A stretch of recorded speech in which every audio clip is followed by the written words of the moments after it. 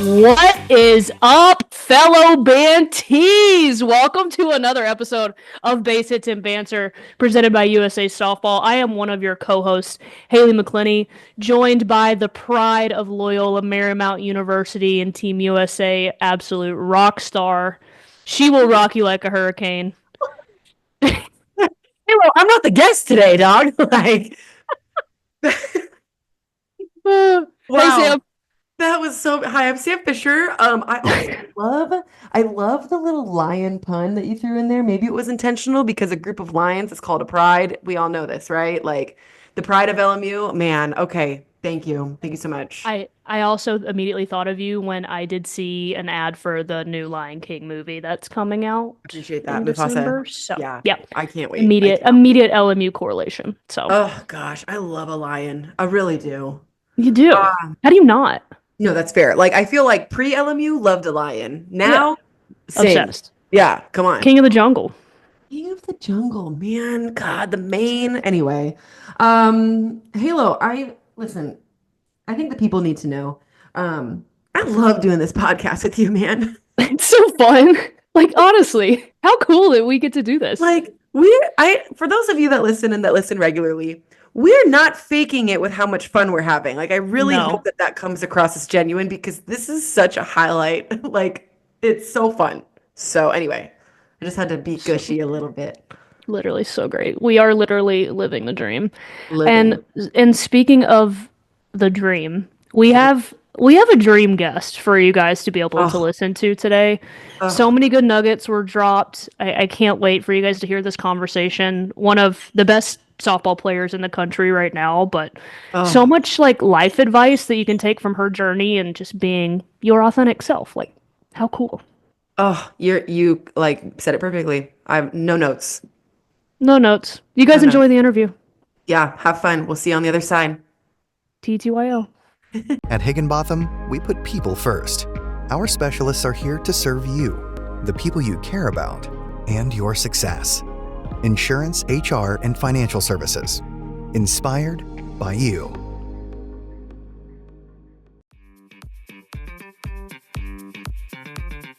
What is up, Bantees? We have a very special guest on the podcast today for you all. I'm super pumped to have this guest on. She is a two-time first-team All-American. She was the 2023 Women's College World Series Most Outstanding Player. She was the 2022 Division I Freshman of the Year. She is a two-time Natty champ. She is one of my favorite players in college softball. I found this fun nugget of a stat, Sam. Think you'll appreciate it. She allowed one run or less in 60 of her 71 career appearances at Oklahoma. Oh my God. It's like super casual. That's not a nugget. That's a thing. Softball. Now Nebraska Cornhusker. Ladies and gentlemen, friends of the program, Jordy Bahl. Welcome to Base Hits and Banter. Thank you. I'm just so pumped to be able to talk to you and meet you. Obviously followed you along with your career for, the past few years and super big fan of yours. So thank you so much for joining. I just want to start with, how you feeling, dog? Yeah. Like, how you feeling? It's fall. You're getting ready for spring. Like, give us an update on how you're doing. Yeah, I'm feeling really good. So I got fully cleared from the knee just a couple days ago. Wow. But honestly, like the getting cleared doesn't change a whole lot because I haven't had a ton of restrictions lately anyways. But I was able to play in our scrimmages this fall and everything. So got to do way more than I thought I'd be able to. I'm feeling really good. The arm feels really rested. So look out, world. Yeah. She's back. Feeling good. Love it. That is so good to hear. Crazy timing on getting cleared a couple of days ago. But like you said, you kind of have been getting, I'm imagine, less and less restricted as the time has gone on. We definitely wanted to talk to you about a lot of things, especially that nugget that Halo brought up. Okay, that was like a Thanksgiving feast more than a nugget. That was insane. Insane, right?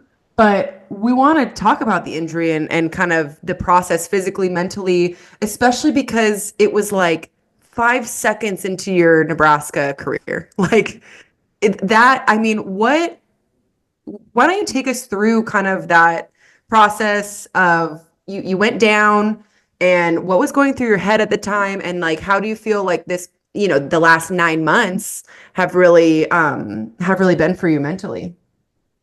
Well, I would say like the second I went down, like I look up, it was a pass ball, run and scored. And I was like, okay, something better seriously be wrong here. Like if I'm about to like be out. But yeah, so we were in Mexico. So it wasn't until we got back into the United States, like that Monday, I got an MRI, got the results. And I was like, okay. So almost immediately I was like, so I'm done. So I'm redshirting, and I was mad for a second, but then it was okay, like when can we get surgery? When can we start going? So like really quickly it was shifted to, okay, so this is what's about to happen. This is what we got to do. And then honestly, like after a couple days, I just felt relief, honestly. And I've said this like a few times in like different interviews and stuff, but there was just the weight of so much expectation that I struggled with for a really long time. I would say like, especially like at Oklahoma. And I was also like very homesick, just not in a good headspace. And transferring home, it's not that that was just snap of a finger, like all better. And it honestly wasn't until like I removed myself from softball for like 9 months, like on the playing field, to fully just, I don't know, feel better. I don't know the exact words to put that into, but yeah, so it was a very good spring. I think I needed that just mental reset and rest more than I realized, or I would have given myself if I hadn't been forced to. So it was honestly a huge blessing in disguise. Wow. That's such a powerful perspective, because we hear young athletes get hurt all the time, and it's like their world is ending. I love how you just flipped that into like, maybe this is something I really needed. What mentally, what was it like for you going through that recovery process? Did you lean on your family? Did you lean on your teammates? Like, what was the spring like for you? Did you travel with the team or no? Yeah, there were a couple tournaments early on that I didn't, just because I had been out of surgery for not that long. But then I would say I only missed a couple tournaments, and then I was on the road with our team all the time. So honestly, just like the grind of rehab, it was the same grind as before. If I was injury free, just it looked different. So I would say like my head in that way was still the same. Just get up, go to work, like grind it out. That was all the same. But definitely relying on my family and my teammates. It was very nice to be close to home during that time, because coming back from a road trip, it's like I have so many different outlets to just get out of my bedroom, sitting in bed feeling sorry for myself. You know what I mean? Just to be totally real. Like, but yeah, and my teammates, we had quite a few injuries on our team last year, which is unfortunate, but we are all in the training room together. So that was just a cool environment to be there supporting each other as well. And I would say like from just a team and like coaches standpoint, every single girl on our team, whether you were on the field or on our injury reserves list, everybody felt totally just valued and a part. Everybody had a role still. And I just tip the cap to our coaches for continuing to just bring everybody along, no matter what your standing was in the lineup. I love to hear that. I can imagine too, with an injury like that can end up in a situation being like isolating, where you're like, everybody gets to go and play and I got to fix my knee. I'm kind of on my own. So to hear like the team environment, to hear your support with your family and being close to home, like that, man, you know how they say it takes a village for things. And it sounds like I just like the universe blows my mind, you guys, in that this happened to you when you were in a position to be close to home and to get the support that you needed. Like if this was going to happen, like I feel for you that it did. Like I hate that it happened to you, but hearing your perspective and hearing just where you were at in your life, like if it was going to happen, what a better, like you couldn't pick a better situation for it to happen in. So it's just blowing my mind. It's blowing my mind. But yeah, that's, I mean, talking a little bit about, ending up at Nebraska and being close to home and that kind of stuff. Like you said, transferring was not the snap of a finger. But I imagine the location had a lot to do. Like, was that weighed really heavy on your decision? Or take us through a little bit what your thoughts were when you decided to do that? Yeah. So my freshman year, just like every freshman, I was pretty homesick. But then my sophomore year was harder than my freshman year, and usually it's the opposite. Usually it gets a little better. But I just reached a point uh in my sophomore year when I was like, I really don't feel like it's worth it anymore to be just not enjoying softball, just so homesick all the time. Uh, there were so many things just in between my ears. And I was like, I could be closer to home, just a new setting around my family and still get to play the game that I love. And so in transferring, I was seriously only going to go back to Nebraska. We have like 3 Division I schools in Nebraska. Like I was going back to Nebraska, and just honestly a total full circle moment for it to be the University of Nebraska, because I was actually committed there when I was like a young freshman in high school. So pretty cool. But yeah. How many, when your name went in the portal, how many coaches hit you up? I Well, I gotta went in know. as a no contact. Oh, you So went in as no contact, so you were like, yeah, no, it's just Nebraska. yeah, like I I love knew I that. wanted to go home. That was my reason for going I anywhere. love So that. You Dang. probably saved your phone a lot of battery by doing that too. Truly. I would have That called. I just love the way that you approach softball because I feel like so many young players now wrap up their entire identity in playing the game and like what logo they get to represent. It seems like to me, and this is just from following your career, that you know exactly who you are outside of softball. Was that always something that came naturally to you, or is that something that kind of evolved over time? it definitely evolved. I would say I struggled like middle school to high school. So in Papillion, where I'm from, we have 2 high schools. We have the Monarchs and the Titans. There's Papio North and Papio South, basically.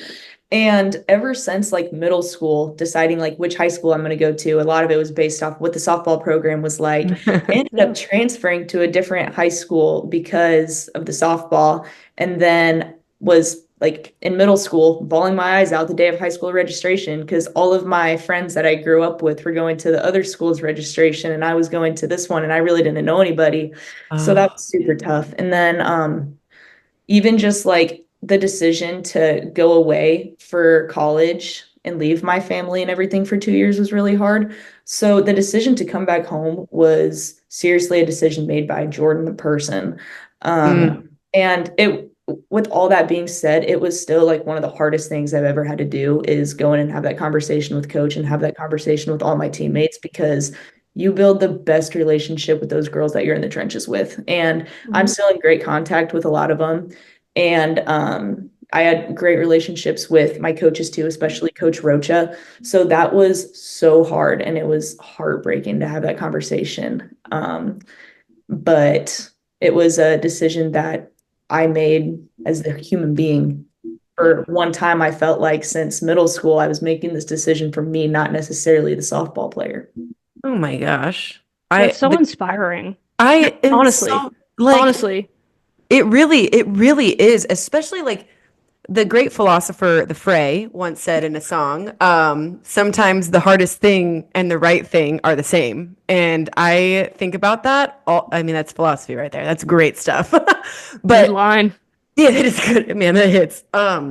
But I think being in the era of the transfer portal and how different it is to transfer now versus when Halo and I were in school in the 80s,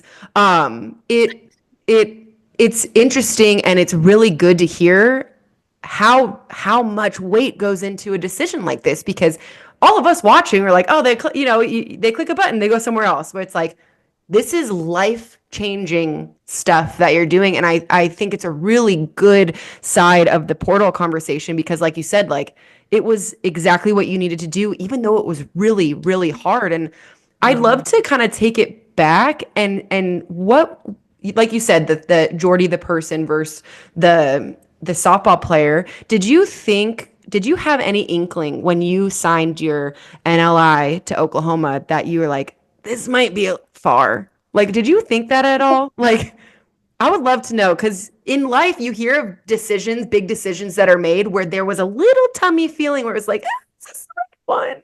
at some point. So I'd love to know. Honestly, like I couldn't tell you that my college experience has been anything that I thought it was going to be. And like after September 1st, Oklahoma was one of the only schools that was like in a day's drive and like away in a car. And I knew I wanted to be able to get to school in a car. I didn't want to have to rely on airlines and all that to get home. So yeah, OU was one of the closest ones. And when I signed, I was full intention going there for 4 years. Like there was, I mean, if anything, I was like, I can't wait to go to school and be on my own. And that's like now, but yeah, no, I wouldn't have ever guessed. So wow. That's so interesting. And a lot of people too, like I kind of want to ask you about this because I think a lot of people outside looking in are like, why would you leave OU? Like OU is, I mean, they're the gold standard in our sport, but like what, if you could put it in like a sentence, like putting yourself first and what that meant for you, like what one sentence would you put that in of like, no, like this is a decision that I made for me. I don't need necessarily to be somewhere that I'm not happy, even if it is quote unquote the best. this is deep, guys. Such a good question. My gosh. I'm just curious. I'm genuinely curious because so question. many I can literally hear softball dads right now of like, my daughter's going to OU, and when she gets to OU, she's not leaving. Like, but it's so much more than a logo. It sounds like for you. No, it is. I don't know how to like put it into a sentence, but 5-paragraph essays fine too. PowerPoint presentation. That's crazy. No. I don't know. What was the question again? Sorry. just like wrap up that. Can you like just put a bow on that of like putting yourself first rather than just like doing what the outside world thinks you should do?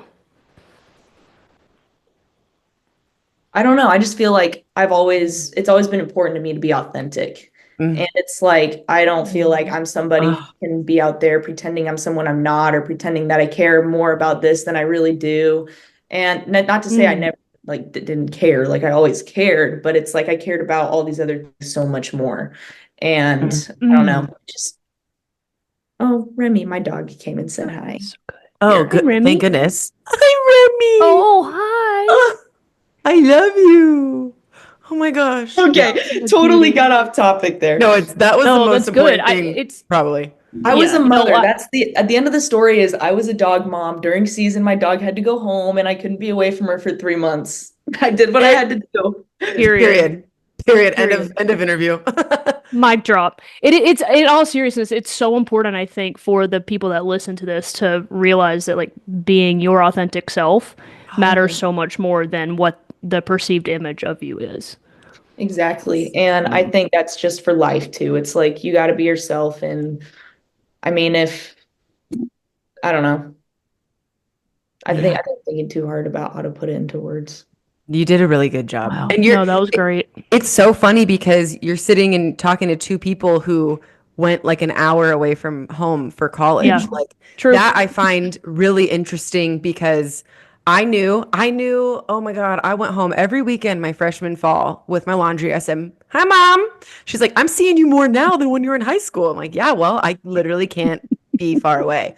And it's so interesting because I remember I got some talk from people that were like, oh, you're like you're a homebody, you're going so close to home, like you're not going to be independent. And I'm like, that's fine.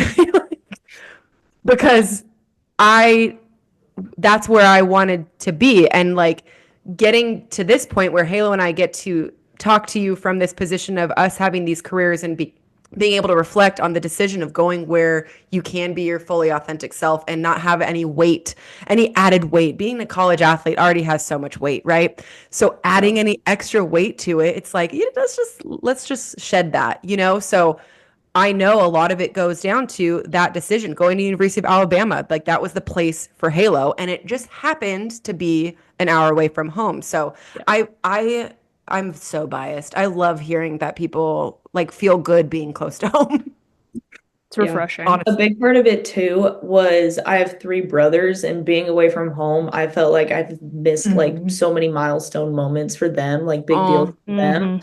And they supported me big time as I was growing up. And so the fact that I was too far away to like be there for them in their moments was something that I carried a lot of guilt for too.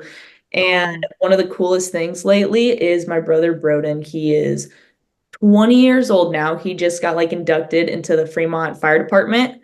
Fremont's a town in Nebraska. So I was able to go to like the city meeting where he got inducted, and like that was such a huge deal for him. And if I was 7 hours away, I wouldn't have been able to do that. So just things like that are huge for me. So I love that. That's seriously so amazing. I really hope people and parents are listening to this. Like, yes, this is just so refreshing. I want to switch gears a little bit because I think I am most excited to watch you play this upcoming college softball season and to hear that you're healthy and you're in a good headspace. Personally, I think the rest of college softball should be looking out, but like, what is your mindset going into this season? Do you, like you said, you feel lighter, but like, are you like antsy to get back out on the field?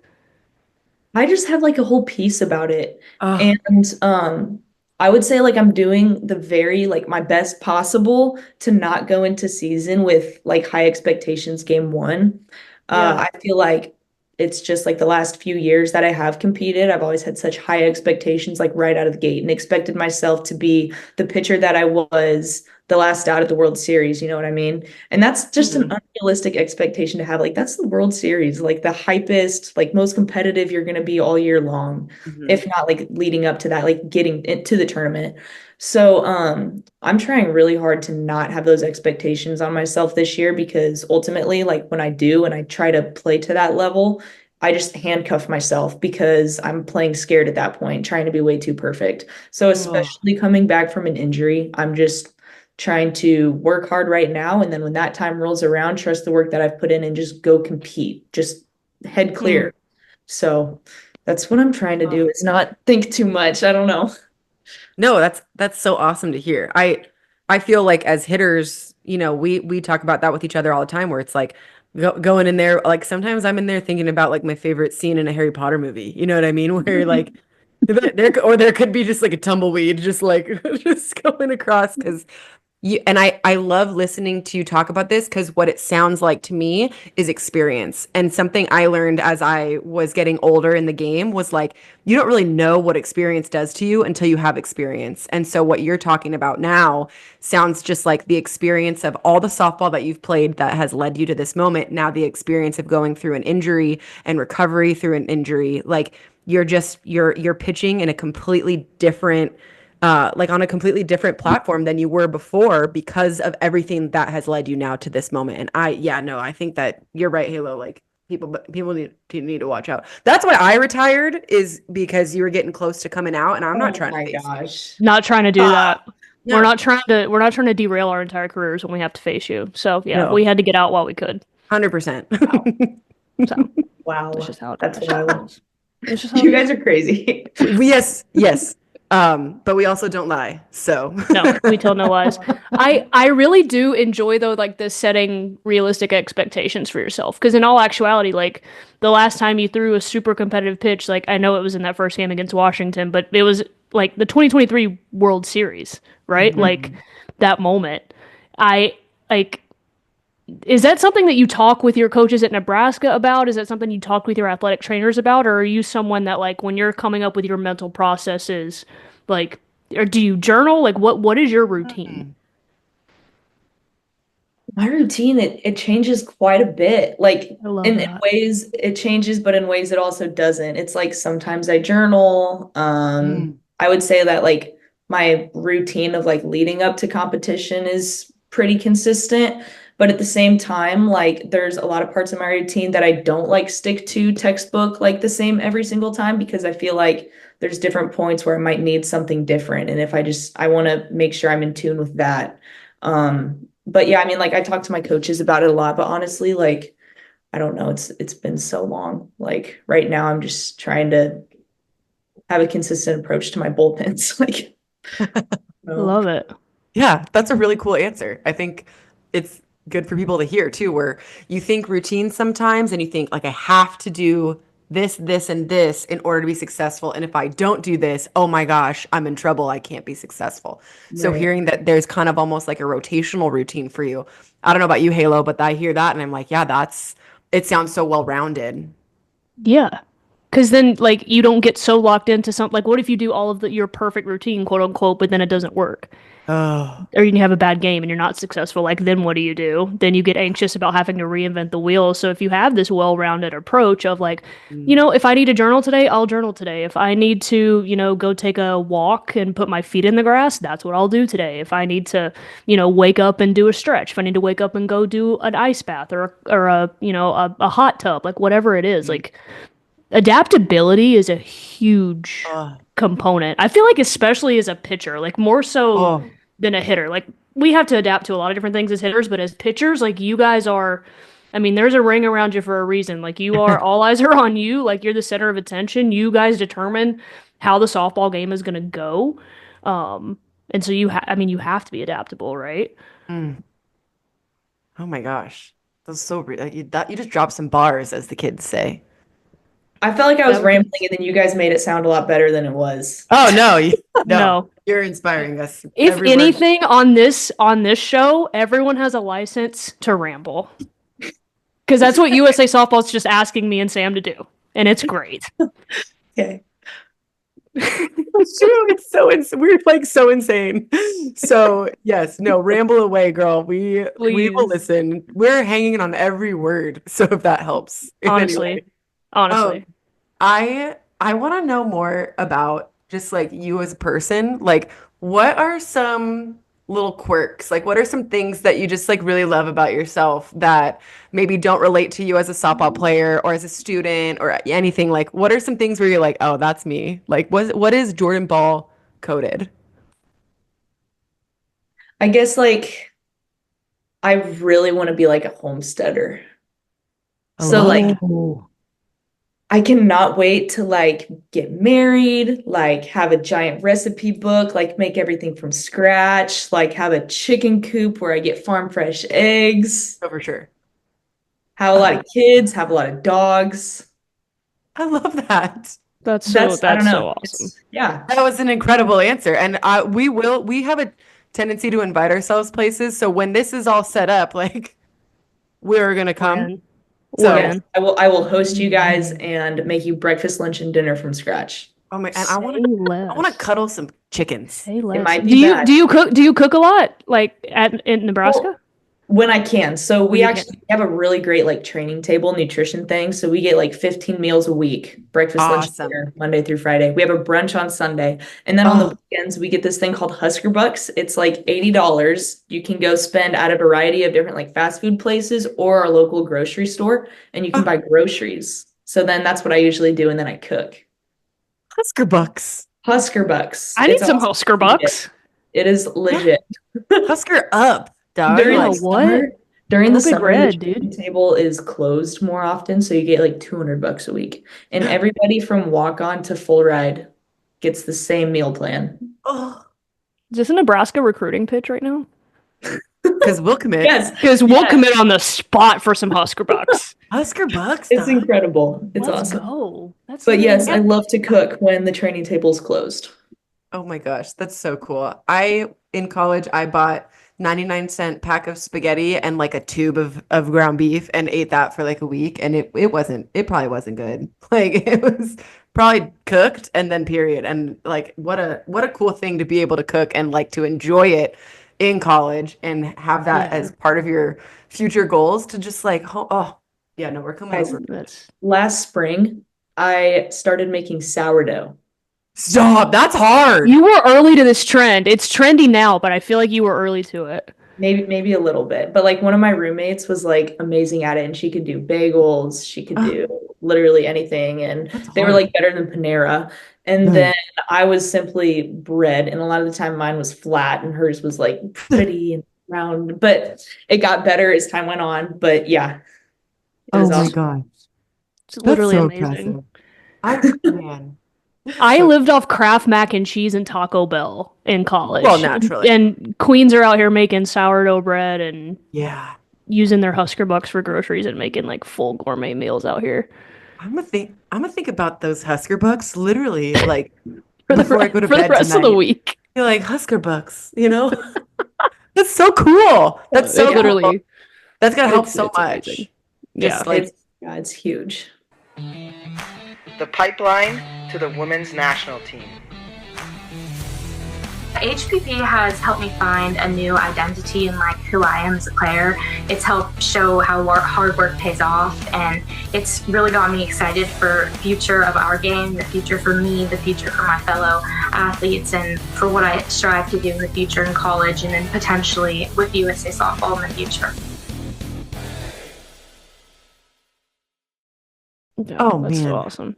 I knew this was going to be a great conversation. Yeah. Oh my gosh. Well, Jordy, Sam, do you have another question? I did. Oh my gosh, look at this. She's like, let me out. Stop. Oh my He's God. so cute. I did have one more question before you ask your final question, Halo. Okay.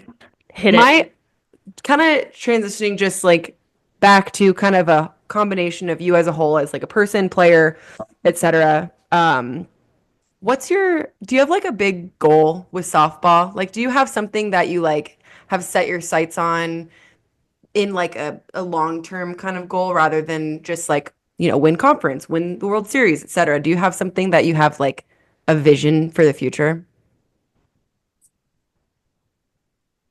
I don't know. I mean, I'm Love looking that. at it like I got 2 years left of college softball, and I just really want to leave it all out there. And like our team, we have a huge junior class now, which I am a part of now. It's like 10 or something girls. So Right. it's going to be a lot of us going out together. And so that like goal is pretty like common amongst all of us. We all want to get to the World Series and make a run there. But then after softball in college, I think it would be really cool to play for Team USA. Funny story about that is when I was younger, so I have 3 brothers, we watched a bunch of war movies and stuff. Like we were always like watching these Navy SEAL documentaries, and I was like, I want to be in the military. Like I want to be one of the first women Navy SEALs. And then like in high school, I was like, okay, I don't know if I want to do that anymore, but I still want to represent the country, like wearing a USA jersey. So like, because my family were super patriotic. So yeah, that's why I was like, I might not be in the military, but like I can still rep the country somehow playing softball. So that would be really cool if that happens. Yeah. But we'll see. That would be really my only goal outside of college softball. So I love that. I think it's a That's great amazing. goal. Yeah. Yeah, we're a little biased, but we do think it's a great goal. I mean, I don't Yeah. know. yeah. So you guys are people. Yeah, it is pretty cool. I think you're well on your way to having that opportunity with what you've done Yeah. so far and just the person that you are. Like I can't thank you enough just for sharing all of this like knowledge. I think it's so good for just us to hear, but also like our younger athletes and younger parents and families to be able to listen to your experiences and how you approach this game. I am inspired just 100%. talking to you. So I have no doubt that you have a bright future ahead of you. But I do like to ask one last question. And if you could give any advice to your younger self, what would it be and why?